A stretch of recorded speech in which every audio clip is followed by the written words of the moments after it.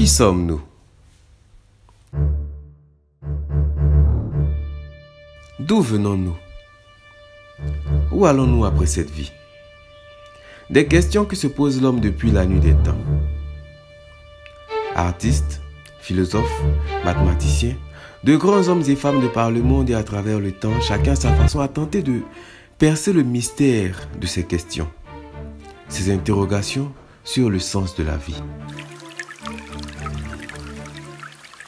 Aujourd'hui, dans ce numéro de Pépé Culte, 3 hommes vont tenter de répondre, chacun selon les préceptes de sa religion, à cette question.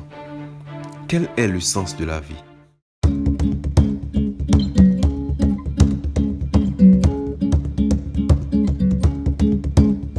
Par exemple, l'interprète autorisé de Baha'u'llah, qui est Abdul Baha, nous dit ceci.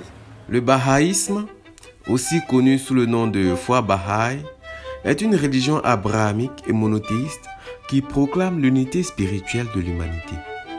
Monsieur Diakité, qui se définit comme membre adhérent d'une religion mondiale indépendante, nous a accueillis au centre spirituel de Air France à Boaké.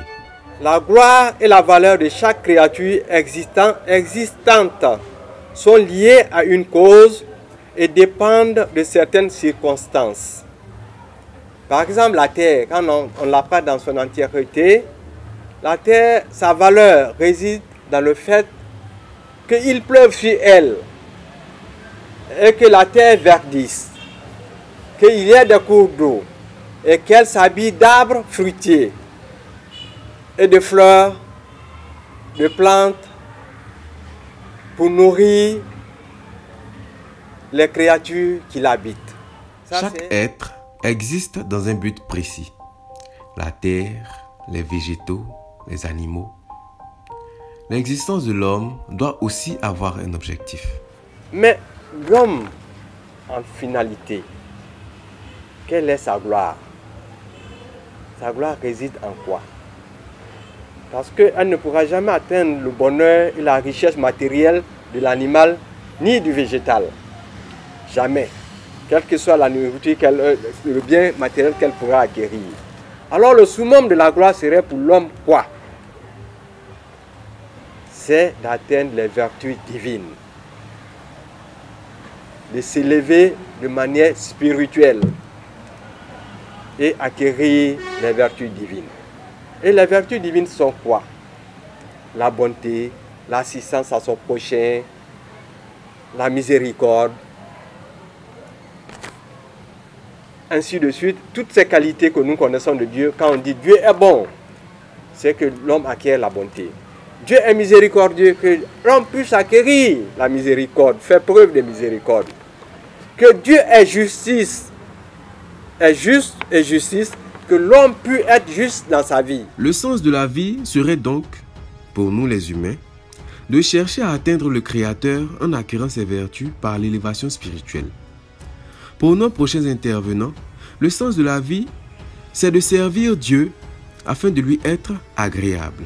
تبارك الذي بيده الملك وهو على كل شيء قدير الذي خلق الموت والحياة ليبلوكم أيكم أحسن عملا وهو الغفور الرحيم وهو العزيز الغفور.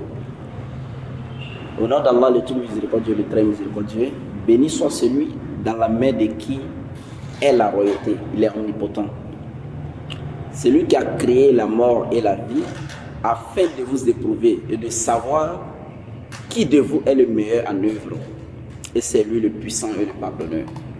Donc, Surat al-Mulk, Surat 67, versets 1 à 2, Allah nous dit pourquoi il a créé la vie.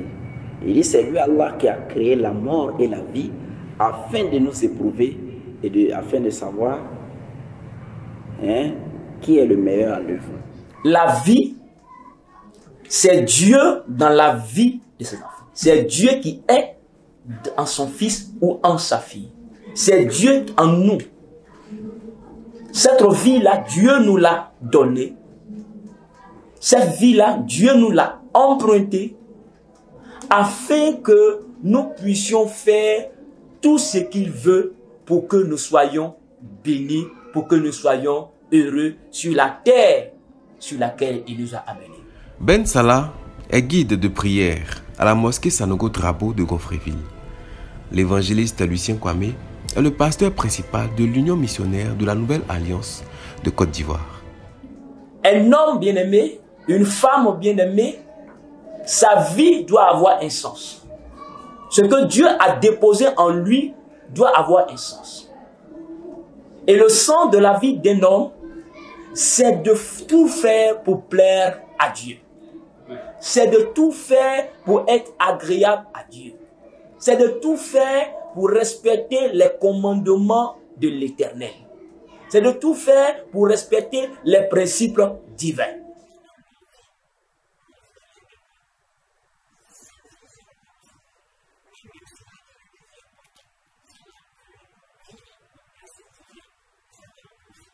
Le matériel ne représente pas la vie. L'aisance financière ne représente pas la vie.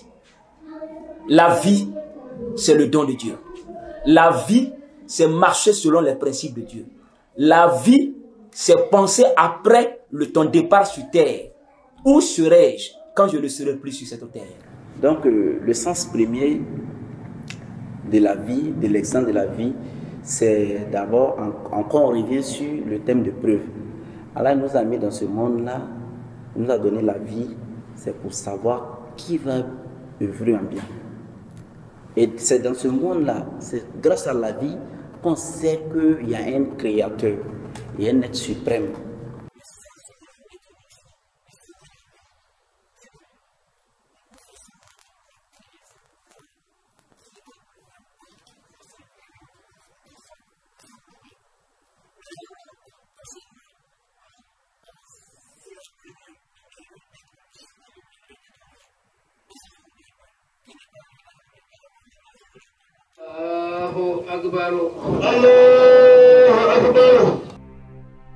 Liée à l'être suprême, le Créateur, Dieu, cette vie serait une étape pour les musulmans, une étape au cours de laquelle il faut lui plaire pour jouir de ses promesses. Pour les chrétiens, c'est la promesse d'une vie éternelle dans le paradis. Amen. Les disciples de Baha'u'llah recherchent l'élévation spirituelle en étant plus compatissants envers leurs prochains. La miséricorde, le partage, la bonté sont des qualités que nous devons tous avoir si nous voulons nous rapprocher de Dieu. Si l'homme doit tout faire pour être plus proche de Dieu, pour lui ressembler, Dieu lui, à quoi il sert?